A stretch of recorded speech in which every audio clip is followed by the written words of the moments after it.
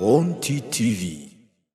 Hello guys, it's me again Vinkango bisanzwe ikiganiro ni Kids Talk uri on TTV. Guys, uyu munsi rero tugiye kuganira ese kubera iki tugira ubwoba bwo guseba. Ntaribagirwa maze kumenya yuko ababyeyi bakunda kunkurikira cyangwa ababyeyi bakunda kubana nanjye mutajya muha time abana banyu ngo barebe n'ibi biganiro. Nibo babikeneye cyane. Niba uri kureba icyo kiganiro ufite abana begere murebe icyo kiganiro kuko it's Kids Talk. Sibyo? Guys, rero reka tuganire se kuki dukunda kugira ubwoba bwo guseba. Hari indwara yitwa phobia. Hari igihe iyo ndwara iyo umuntu ayifite akunda kuba abenshi bakunda kwita nk'indwara yo mu mutwe. Ariko umuntu uyifite akunda kuba afite ubwoba bwinshi bukabije. Bivuga ko nk'iyo umubyeyi atwite cyangwa afite umwana mu nda, iyo abyaye amwanduza ayo marangamutima. Akaba yavuka nawe uwo mwana afite amarangamutima ameze gutyo, akaba afite ubwoba bukabije. Ni hahandi usanga hari umuntu ugira cyangwa amabanga cyangwa ufite amabanga muri we, akaba yatinya akajya hanze. Ugahora na bwa bwoba bwo guseba. Ukavuga ngo iki kintu nigisohoka ndaba nsebye. Ukaba ufite past yawe mbi ukavuga uti ntabwo nshaka kijya hanze. Kugira ngo iki kintu kijye hanze nakora iki ngiki. Ukaba wumva nta kintu na kimwe utakora kugira ngo ryabanga ryawe ritajya hanze. Ugahora na bwa bwoba ukavuga ngo sinshobora guseba uko byagenda kose. Igitambo cyari cyo cyose natanga, buri kintu cyari cyo cyose natanga, ariko simbashe kuba naseba.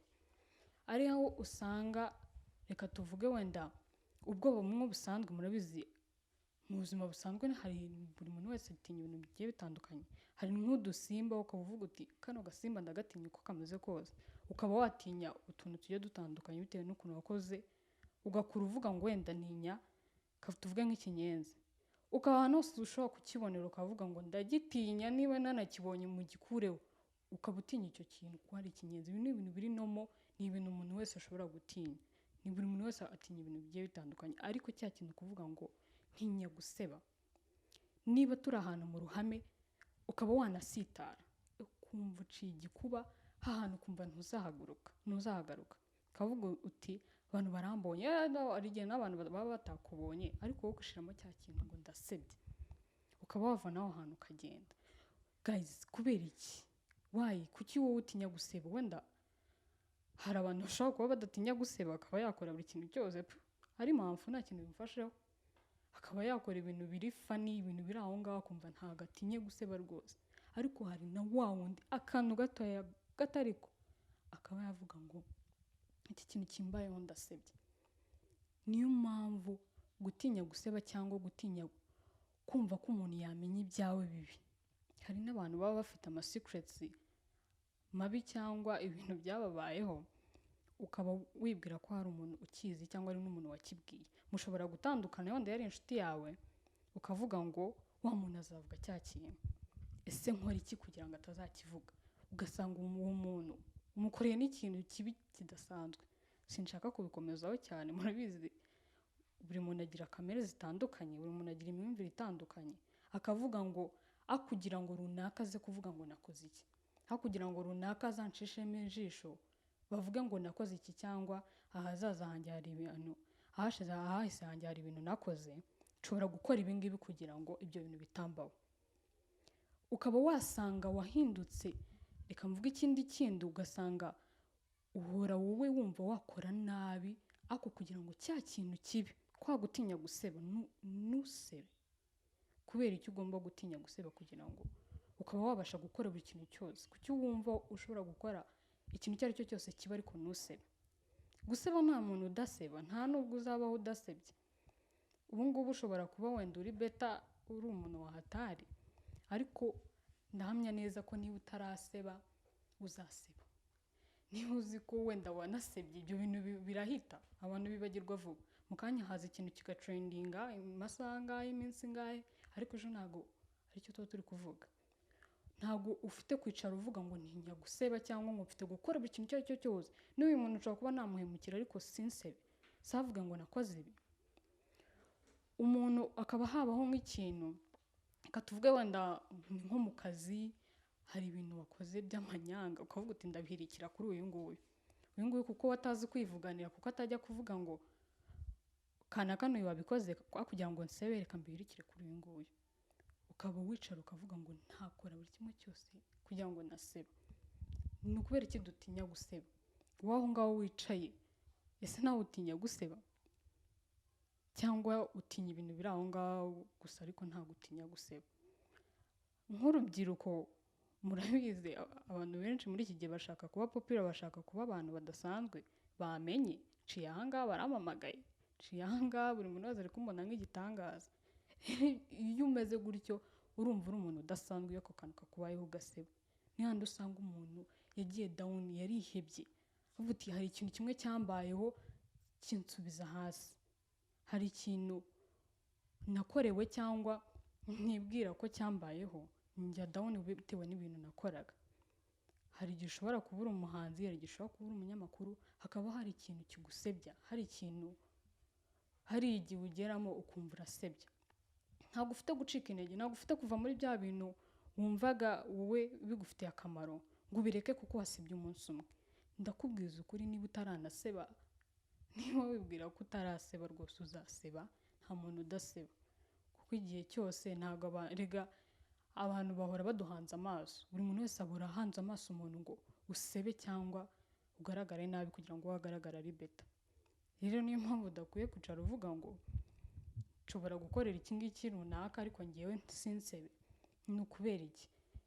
Igihe cyose uzicara cyangwa ukumva undi muntu ushobora kumugirira nabi kugira ngo uharanire ko wowe umera neza. Hari nk'abantu ushobora kumenya ko umuntu arengana cyangwa ari beta, ukaba wabasha kumurenganura ariko ntumurenganure. Ukaba ubizi neza ko arimo kurengana uri aho ngaho, ariko ukaba utamurenganura kubera izina ryawe. Ukavuga ngiye ndi kanaka, nimvuganira uyu muntu cyangwa nimvuga ngo ararengana birate binjya ku mutwe, kubera izina ryanjye baravuga ngo kanaka yamurenganuye. Kubera icyo udafite kugira ubwo bumuntu, wenda ushobora kwemera ugaseba. Ntabwo mwibwira ko icyo gisebo ugize kizabaho imyaka n'imyaniko ku buryo nta bindi bintu uzageraho bikomeye. Ntabwo nibwira ko iki kintu kizahora ari kamara kuri wowe. Niba ufite ayo mahirwe, gerageza ufashe uwo muntu, wenda uvuge ngo ndamurenganuriye, ejo n'ejo bundi nta kintu umutima wanjye uzancira urubanza. Ariko ugasanga ufite ubwo burenganzira cyangwa ufite ako kanya kuba wabasha kumurenganura ariko ntumurenganure kuko uvuga ngo bishobora kunjyaho, ukumva muri wowe urikunze. Emera wenda witangira umuntu usebe, kuko turi abantu, tugomba kugira n'umutima wa kimuntu. So rero niba utabasha kuba wafasha mugenzi wawe kugira ngo udaseba, kuba wicara uvuga ngo ngiye ngomba guhora ndi beta, biramureba uriya, biramureba kuba yaca muri ibi ngibi ngewe ariko ntibimfateho, ntibingereho. Kuki se habaho kuvuga ngo uri inshuti n'umuntu? Kuki hagomba kuvuga ngo ni best friend, aba best murabizi? Kubera iki hagomba kuvuga ngo niba uri inshuti n'umuntu cyangwa uri umuntu uri close n'undi muntu, uba ufite kumurwanira iryo shyaka. Wakemera ukanaseba, wakemera ibyo bintu wenda bikakujyaho, niba ubona we bimugiyeho bishobora kumwangiriza, wakemera bikakujyaho, ariko ntuzahore ucibwa urubanza kuko wanze guseba ukavuga uti ngiye ntabwo nshobora kubikora. Dukwiye kugira urukundo, dukwiye kuba turi abantu bakunda kuvuga ngo nafasha undi muntu cyangwa nakora iki ngiki, nubwo wenda nshobora guseba ariko ukabyikuramo, ukarwana na bwa bwoba bwawe bwo kuvuga ngo ndaseba. Tugira ubwoba, yego ushobora kumva ko ubuzima bwawe buraba burangiye ngo urasebye. Hari ibintu byinshi bishobora kudusebya hanze, nubwo ngo wicaye ngo wumva ko nta kintu gihari gishobora kugusebya. Hari igihe umuntu ashobora kuba afite ibintu byawe utabizi, hari igihe umuntu aba agufite wowe utaniyizi, utabizi neza, ejo ugasanga agushize hanze. Kandi uzicara ukabona ubuzima bwawe burakurangiranye, ukabona buri kintu cyose isi kwikaragiyeho biragucanze, bwa bwoba bwo guseba, bwa bwoba bwo kuvuga ngo ndasebye. Hari n'igihe ushobora, abantu bakunda kuvuga ngo umuntu ugira ubwoba cyane ari igihe aba ari umunyantege cyangwa ari ubugwari. Hari n'igihe ushobora gusanga ari iyo ndwara ya phobia, hari igihe ushobora gusanga ari indwara. So niba rero wiyumvamo ubwoba bwinshi cyangwa hari igihe kigera ukavuga uti ngira ubwo bwoba bwinshi bukabije. Egira n'abo baganga kuko hari igihe ushobora gusanga ari uburwayi, hari igihe ushobora gusanga atari ubuzima buri no mu busanzwe, ahubwo wifitemo uburwayi nawe utazi. Niyo mpamvu habaho abaganga, niyo mpamvu habaho abantu baganiriza abantu ku bijyanye n'ubuzima bwo mu mutwe. Nk'uku nguku nshobora kuba nicaye aha ngaha nzi ko ndi muzima, kandi negereye umuganga cyangwa bakansuzuma bashobora gusanga ndwaye ikibazo indwara yo mu mutwe. Imagine kuba uri kumbona hano ukabona ndi umuntu uri muzima, ariko ugasanga ufite ikibazo cyo mu mutwe. Ni uko nguko rero ntabwo ukwiye kwicara uvuga ngo ni ubwoba gusa busanzwe. Niba ubona bukabije, niba ubona hari ibintu udashobora gukora, niba hari ibintu utinya kugeraho, cyangwa nk'uko nabibabwiye ubushize, hari ikiganiro nababwiye ko hari ibintu abantu batinya kugeraho kubera hahise habo.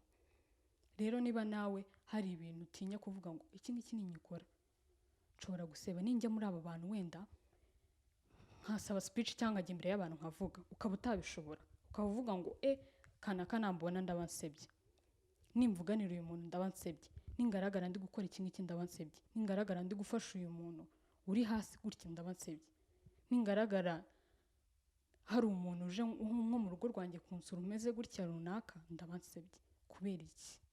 Kubera iki wiyumvamo icyo kintu? Ukaba hari abantu utafasha. Hari nk'abantu murabizi ko hari abantu bakunda kuza gufunguza mu bipangu bigiye bitandukanye, ukumva uwo muntu aje mu rugo hagize umuntu ubabona muri kumwe waba usebye. Hari ikintu aje kugushakaho, hari ikintu wenda ako kanya aba adafite, ako kanya ashobora kuza akakubwira uti wambaye ibiryo, wambaye imyenda, wambaye iki, ariko ufite ubwo bushobozi ntubashije kuba wamufasha. Gutinya kubona ngo nibambonana nawe ku muhanda ngo ndaba nsebye. Imagine umuntu muzima ufite umutima wa kimuntu, ukaba ufite ubwoba bwo kuvuga ngo ntabwo wafasha umuntu utari mu kigero cyawe, ngo ntabwo navugana na runaka, ngo uriya muntu ngo ari cheap, ngo ntabwo twavugana, ntabwo ari mu rwego rwanjye. Uri mu ruhe rwego? Uri mu ruhe rwego? Niyo waba warubatse ayahe se ubwo mazu wambwira ngo ushobora kugenda ukiyumva ko udashobora kuvugana n'umuntu runaka? Ni hahandi usanga bwa bwoba bwarakurenze, bwa kuvuga ngo ndaseba byarabyayemo indwara. Ukicara aho ngaho uzi ko uri umuntu muzima, ariko hari ibintu utinya gukora, hari ibintu udashobora gukora, cyangwa ukaba wakora ibintu bibi aho kugira ngo usebe. Ukaba wavuga ngo uyu muntu ndamukura mu nzira, niba ari akazi runaka, niba nagombaga kubona akazi akaba hari undi muntu wakabonye, ubwo nimbona ko ari we ugomba kukabona ndamukura mu nzira. Nshobora kugenda kumwirukanisha, nshobora kugenda gutanga amakuru atari yo, ariko nkabona ikintu ngiye nshaka, nkavuga uti uyu muntu wenda ndamubeshyera, ndamugerekaho ibi ngibi kugira ngo bingeho, ariko ngewe ndwanira irya zina ryanjye. Imagine umuntu umeze gutyo. Ni hahandi ushobora gusanga erega n'abana bibaho.